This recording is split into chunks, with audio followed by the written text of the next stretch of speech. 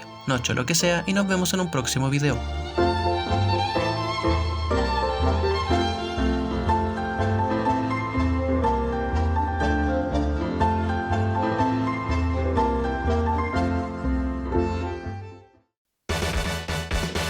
Lucas, mi amor, nos tenemos que ir.